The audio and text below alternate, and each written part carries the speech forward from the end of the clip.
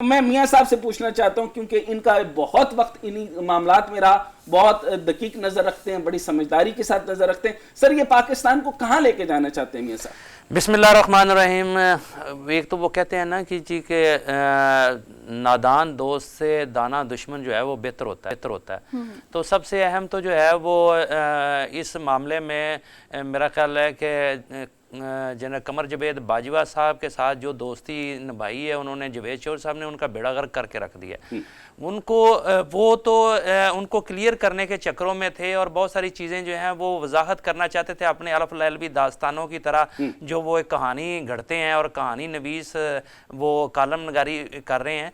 असल में बात यह है कि अफसानी दास्तानें और होती हैं, उनमें हालातों वाक़यात नहीं होते और उसमें सारा कुछ जो है वो मसनूई होता है। लेकिन आप हालातों वाक़यात में अगर अफसाने गढ़ने शुरू कर देंगे तो उसके साइड इफ़ेक्ट्स आएंगे, जिस तरह के कमर जवेद बाजवा के गले में पड़ गई है ये इनकी वजाहत। तो एक तो मैं आपको बता दूं कि जवेद चौर साहब जो है ना, उनकी ज़्यादा से ज़्यादा अगर उनसे कमर जवेद बाजवा साहब से मुलाकात हुई भी होगी तो वो 5-10 मिनट 15 मिनट की हुई होगी। और उस पर जो उन्होंने कहानी गढ़ी, उन्होंने ऐसे जाहिर किया कि जैसे वो दिन रात उनके साथ ही आजकल रहते हैं। ठीक है, तो ये सारा कुछ देखे ना, उन्होंने जब 7 बजे आरिफ अलवी से शुरू किया, उसके बाद से उनकी सहेलियां भी गिनी है उन्होंने, खाना कब खाया गया, फिर उसके अंदर अंदरूनी मामलात। मुझे तो लगता है कि बाजवा साहब की बहुत अंदरूनी सफर के साथ ये रहे हैं और ये किस टाइम पे मुलाकात हुई। उन्होंने ये भी कहा था कि ये तो कम से कम 5 घंटे की गुफ्तगू बाजवा साहब चाय बहुत अच्छी पीते हैं, ये तक उन्होंने अच्छा ये भी बताया।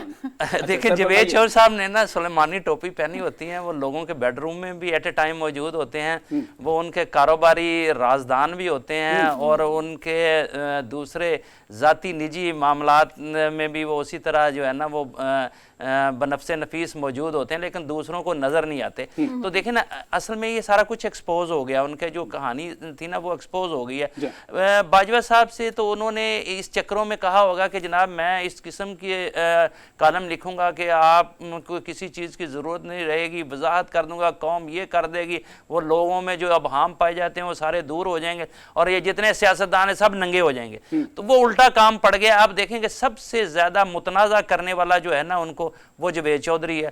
तो देखें, असल में टारगेट ये है कि पता नहीं उसने जाने में या अनजाने में ये काम किया, ये लेकिन बहुत ज़्यादा डैमेज कर दिया उन्होंने। मैं मियां साहब आपको बस अदब रोकना चाहूंगा। मैं ये इधर लिखा है इन्वर्टेड कॉमा में, हमारी रीडिंग थी ये लोग मुल्क के लिए खतरनाक हैं। मैं देखें जिस तरफ जाना चाह रहा हूँ वो ये है कि आपकी ना फौज टारगेट है इस वक्त। देखें, इस वक्त पाकिस्तान के पास एक ही अदारा है और जिसका नाम है फौज पाकिस्तान, और बाकी सारा आपने माशरा तबाह कर लिया हुआ है और आप दिन रात कोशिश कर रहे हैं कि किसी तरह ये भी तबाह हो जाए। वो खुदा का खौफ करो, ये तबाह हो गया तो आपका मुल्क नहीं बचेगा।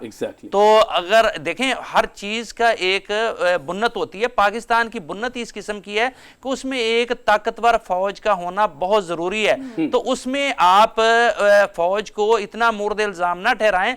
अगर वो पीछे हट गए तो खुदा का खौफ करें, उनको बार बार आप ना रगे दें। हम हर मामले में जो सियासतदान हमारा फौज के पीछे पड़ा हुआ है, कालम नगार हमारे फौज के, दानिश्वर हमारा फौज के पीछे पड़ा हुआ है, समाजी रहनुमा हमारे फौज के पीछे, इस तरह आज हम साबित कर रहे हैं कि शायद पाकिस्तान के तमाम गंद जो हैं वो फौज डाल रही है। तो देखें, ये आप इसका मतलब है आप पाकिस्तान को डैमेज कर रहे हैं, पाकिस्तान की सिक्योरिटी को डैमेज कर रहे हैं। तो लिहाजा खुदा का खौफ करें, फौज को अपना काम करने दें, आप अपने मामलात आज खुद दुरुस्त करें।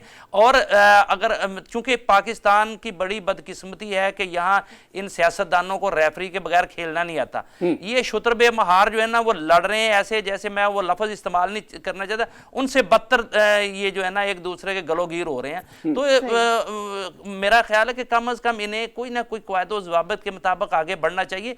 ये अपनी ख्वाहिशात को छोड़ दें। पाकिस्तान है तो आप सारा कुछ है, आपकी सियासत भी है, पाकिस्तान की मईशत भी है, पाकिस्तान की का वकार भी है। और अगर अल्लाह ना करे कि अगर पाकिस्तान डैमेज होता है तो इसका मतलब है कि कौम समेत हर चीज डैमेज हो जाएगी। तो लिहाजा हमें सोच समझ कर कदम आगे बढ़ाने चाहिए, लड़ाई को इतना गंदा ना करें कि उसमें सारा कुछ ही बह जाए। चीफ जस्टिस उमर अता बंदयाल साहब ने रिमार्क्स दिए थे, अभी हालिया ही उनके रिमार्क्स आए हैं कि इमरान खान साहब जो हैं वो आम आदमी नहीं है।